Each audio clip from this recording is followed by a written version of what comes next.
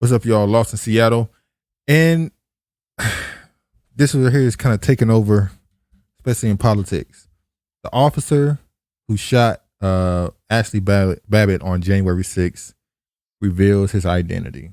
But his identity was revealed months ago. Yeah, his name was already known. They had already kind of exposed his name, but he admitted he pretty much hid for the last couple of months because he was getting threats. He was number one target. But he is black. A bounty was on his head, probably. Yeah, he is black. Michael Byrd is his name. Lieutenant Michael Byrd with the Capitol Police. And it's a big split.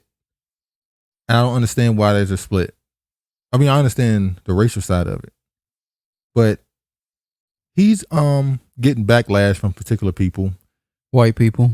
Because he shot Ashli Babbitt, who was a woman, former, I think she was Air Force, even though she was trying to trespass into the Capitol. Now, I say that because a lot of times whenever a black person is shot by police because they didn't obey an order, the first thing those people say is, you should have obeyed the officer. Should have complied. They bring up the criminal history of Everything. What they've done in the past. You got a ticket. They don't care. So it's funny how you got all these people that are against a civilian breaking an order and end up getting shot all of a sudden. We've been saying this shouldn't happen, but now it's okay to say that shouldn't happen. Because it's a white person, particularly a white woman. So we're gonna laws get changed over her. We're gonna show a clip of his interview he had with MSNBC. Your name has been battered about on the internet, but you've never been officially publicly identified. Do you want to tell us who you are? My name is Michael Byrd. I'm a lieutenant for the United States Capitol Police. For months, he has lived in hiding, he says, over this moment. His decision to use deadly force against a rioter as she climbed through a barricaded door that leads to the House chamber. In the months since, he's been the target of threats. Could you give us the nature of some of those threats? They talked about, killing me, cutting off my head, very vicious and cruel things. Racist things? There were some racist attacks as well. It's all disheartening because I know I was doing my job. Given the nature of the threats that you describe, do you have any concern about showing your face and identifying yourself? Of course I do. That is a very vital point, and it's something that is frightening. I believe I showed the utmost courage on January 6th, and it's time for me to do that now. Responsible that day for securing the House chambers, Byrd couldn't see what Americans were witnessing on their TVs, but he could hear it in the pleas from other officers. Were you afraid that day? I was very afraid. What are you hearing on your radio? I'm hearing about the breaches of different barricaded areas, officers being overrun, officers being down. Did you ever hear a call or a report of shots fired during any of this? As a matter of fact, I did. There was reports of shots fired through the House main door onto the floor of the chamber. Later. So part of the backlash against him is that they're saying that he's the only one who fired a shot. But he's saying he got reports that there was already one shot fired. Which would mean he felt like it was a threat. A bigger issue than what we see it as. Well, once again, people see it as a woman would climb through a window, just push her back or something. But I don't think it was just a woman he was worried about. He was worried about the barricade being broken down, and now you got all these people that are rushing at the same time. Listen. And not only that, she was trained in this. So, I mean. Trained in what? You said she was in the Air Force. Yeah, but she didn't have a weapon. I'm just saying she has experience. Well, yeah, but it's just funny how this is getting a different lens. Because if this was black. Well, this ain't the first time. Remember that black Somalian dude who killed that white woman from Australia? Well, he's a police officer. Yeah, and she got the biggest lawsuit. She got the biggest settlement. I think it was $20 million, something like that. I don't quote me on that number, but I think that number was only surpassed by George Floyd, if I'm not mistaken. Yep. So whenever you do something to them, it ain't no accidental discharge, ain't no mistaken nothing. It's He killed her as wrong. Later, those reports would prove to be false. This video captures Byrd instructing members of Congress to don gas masks. We had a disbursement of tear gas in the rotunda. Please be advised there are masks under your seats. He says officers barricaded the door, what he considered the last line of defense. I had been yelling and screaming as loud as I was, please stop, get back, stop. We had our weapons drawn. There's a gun! There's a gun! Byrd, only his hand and gun visible, targeted a figure trying to climb through a window. He fired a single, fatal shot, hitting Ashli Babbitt. She was 35 years old, an Air Force veteran, Trump supporter, and QAnon follower. We see your arm out there for a considerable amount of time. Were you wavering? I was taking a tactical stance. You're ultimately hoping that your commands will be complied with, and unfortunately they were not. I don't want to say it because it's going to Pain compliance that we talked about in the podcast Yeah, video. a black man was beaten by an officer with a flashlight, and they said that the officer justified it by saying it was pain compliance. I was beating him so he'll do what I tell him to do. Yeah, he was trying to make them comply with pain compliance. It's just so strange to me how, well, it's not. Let's stop the bullshit. We understand that you protect your own, and when you see one of your own get shot like that, your immediate defense is to. Your immediate thing you do is defend them. It's emotional. Yeah, she was unarmed. She was one of ours. You had no right to shoot her. Even though when we say this same thing, you should have complied. We are told you should have complied. It's crazy how there's just two Americas. It's just two sets of laws, two sets of rules, and it's never something to go across the board. It's always a difference. When are people gonna come to the realization there ain't never gonna be no kumbaya? Never. You're supposed to be set apart people. This is what happens when you have a whole bunch of people. They call it a quote unquote melting pot. You don't really melt. It's like oil separates from the water. Really, You're never gonna melt together. It's never gonna be kumbaya. This shouldn't even. I'm not hearing no one say she shouldn't have been doing that. They're saying, "Oh, she was just, patriot fighting for her country."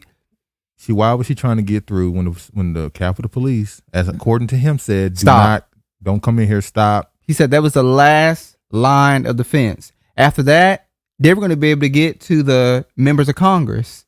Yeah, which was also the ultimate goal. Well, let's be honest. Like.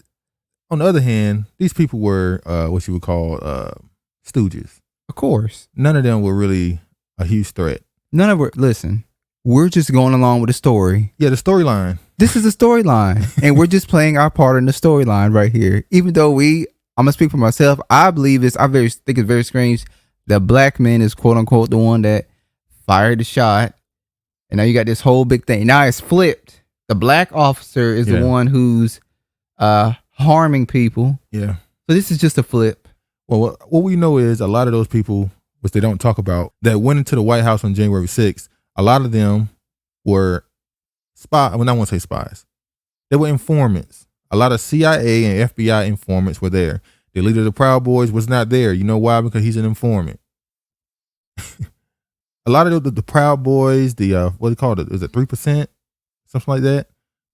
All of them have been infiltrated by CIA, FBI informants. A lot of them groups were started by CIA, FBI people.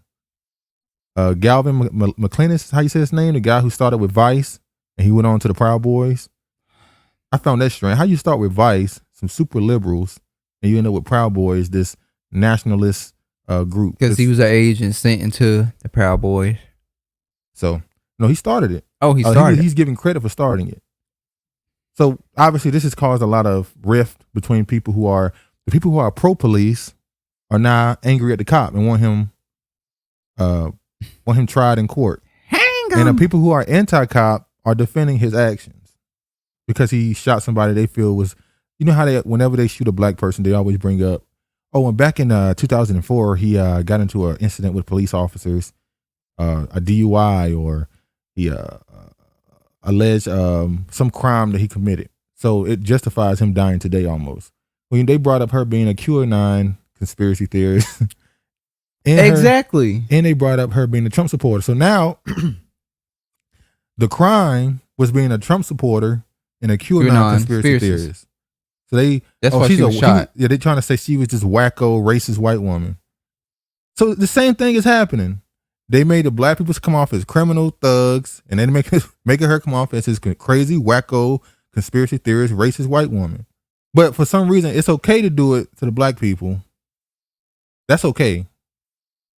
Because when they get shot for not listening to the officers immediately, when they're not doing exactly what the officer says, they deserve to get shot. But when she gets shot for not listening to officers, hey, he should have did something else. He should have took a different. He should have punched her. Yeah, we're gonna get into that. According to Jason Whitlock. Jason Whitlock. I ain't gonna say it. Jason Whitlock did a video on this situation, and you know what side he was on. And I'm gonna play some clips of some of the stuff he said. That's just so crazy. How he defended this, but how he defended his decision to as far as what side he aligns himself with. I'm not gonna say I don't give a damn about the brother. I'm not gonna say that. When I say I don't give a damn, I mean in this situation, he's not in a threat. He's not in a situation where he's what's the word? He is in a situation where he's a threat. He says people are harming his life. People are threatening him. He has I'm pretty sure he has a security detail. Oh, like so many other people have had a security detail and wound up dead.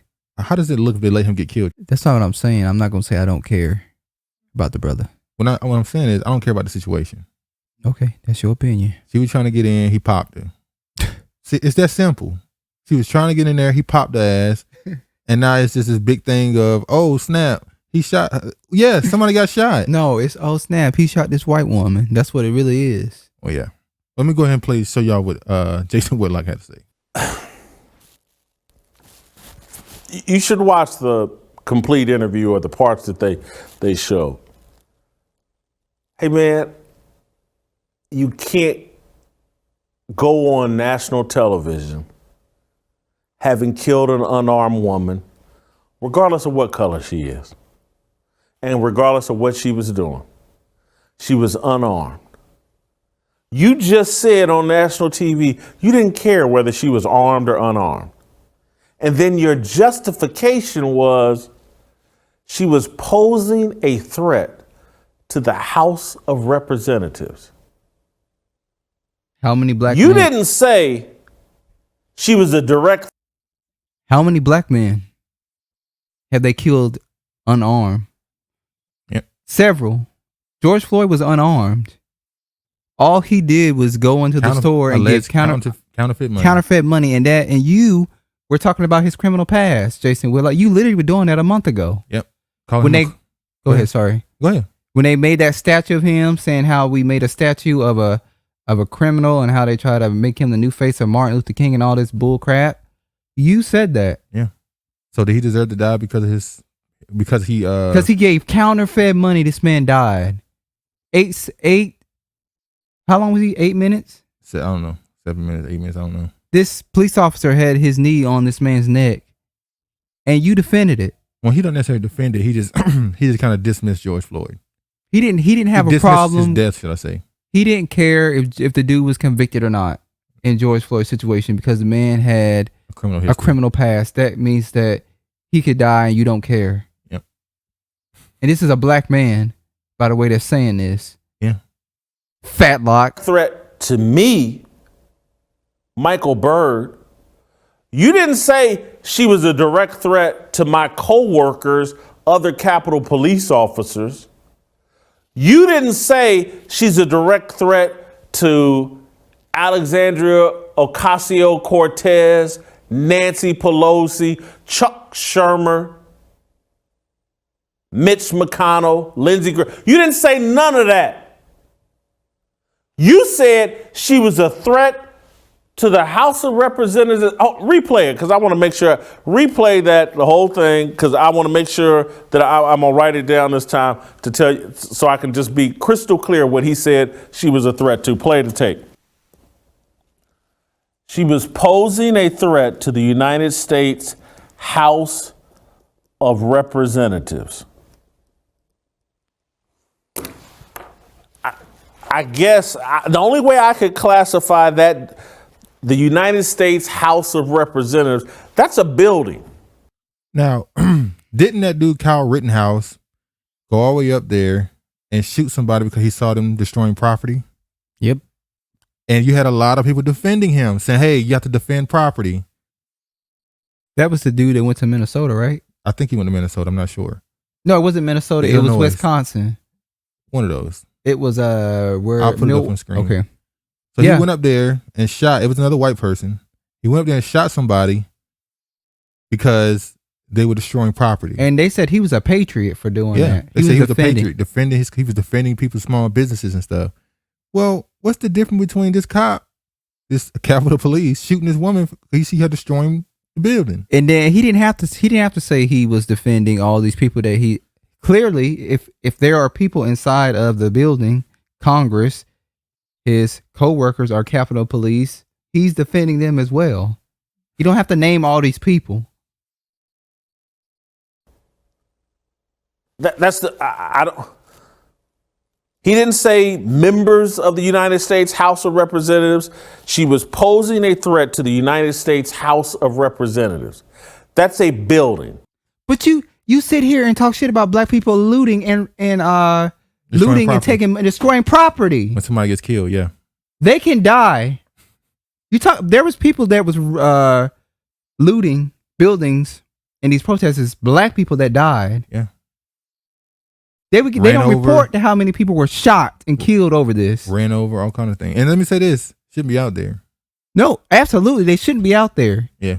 But you are sitting here saying this woman should be killed over a building, but yet you're going to turn around and say how there's people looting and robbing and they didn't get killed or shot, which some of them did. How was she? Because she climbed through a broken window? Ain't that called trespassing? That's trespassing. I mean, I'm just saying. There are certain areas of the White House that you're not supposed to go into. No. I think the point is it was on lockdown. That's trespassing. Basically, that's what he's saying. He would have been better. She broke a window at the Capitol. That's why I shot her. So how many? What about the people that break windows at stores? That's all they did was break the window. They broke the window to get into the store. No, some of them didn't even go in. They just broke. These are mysterious bricks. Somehow ended up in this neighborhood. We don't know how the bricks got here.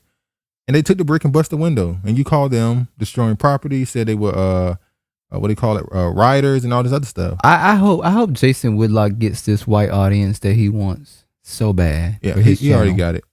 I'm not saying the man should have greeted her with applause. I'm not saying he should have, hey, let me offer you a hand through the window and get here. But she had no weapon. He said he didn't care one way or other whether she had a weapon. This is a 5'2", 130-pound woman. Go punch her in the mouth. That would have been better than shooting her. You know what's funny? Jason Whitlock says this. I saw him on Twitter. He says something about there was a woman at a football game, and she threw a drink on a dude and started a fight. And then the next 2 days later, another football game happened, and a woman was yelling at her husband and yelling at the black dude, and the black dude, she smacked the black dude, and the black dude pushed her down and knocked her husband out. And Jason Whitlock said, another instance of women causing drama and problems. Now, this was a woman climbing through a window, but she's not causing problems like those women in the stands. Why is she there? Oh, you can't say that. That's misogynistic. Women should be allowed to participate in riots and stuff, but they don't get the repercussions of what happens when you decide to participate in these things. Well, yeah. He was basically making the point that women are causing all this drama and it's leading to, drama and violence and stuff. And what did she do? She was participating. She wanted to be the leader. She wanted to be the one that said, I breached it. I got through the window first. It's a woman that did this. Well, you took the shot. So why aren't you saying, Jason Whitlock, why is this woman climbing through this window when she know there's a barricade here? And he had his gun out. His gun's right there. The dude even said, he got a gun. He got a gun. And she still proceeded to try to go through the window. Breach. It's just strange to me. You know how many different things you can do to a 5'2", 130-pound person other than shooting them?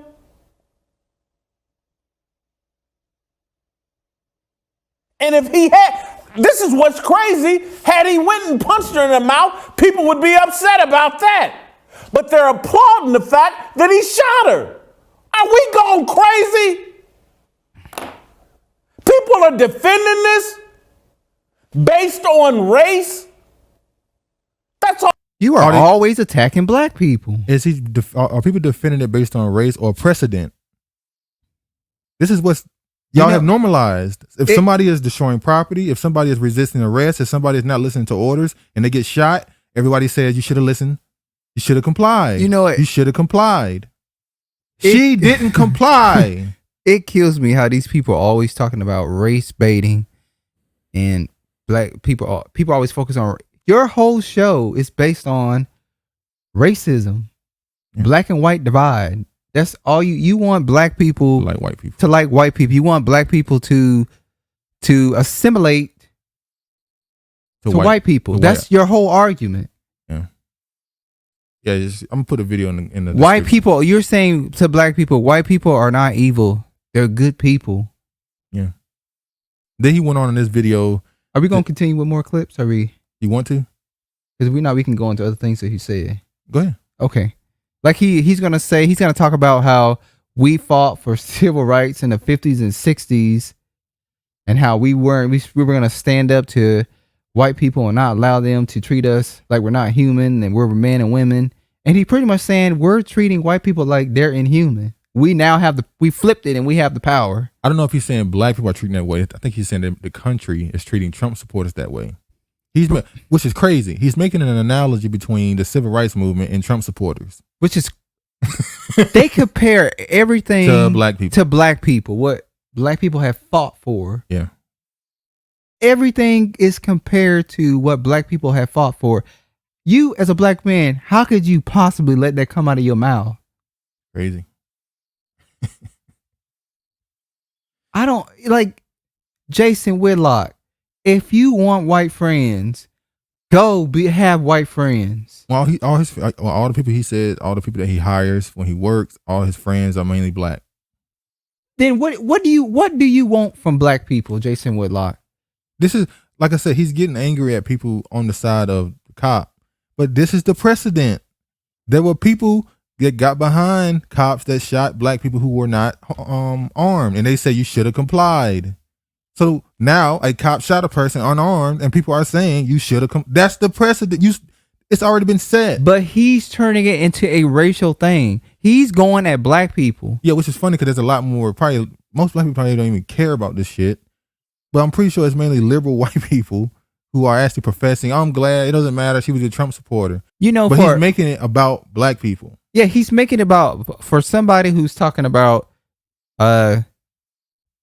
needing to put the black family together, bringing the black man back into the black household, making the black man the leader in the household. He won't want to be arrested. You're focusing on these topics that don't really have nothing to do. And he's also going to say how there's a revolution coming.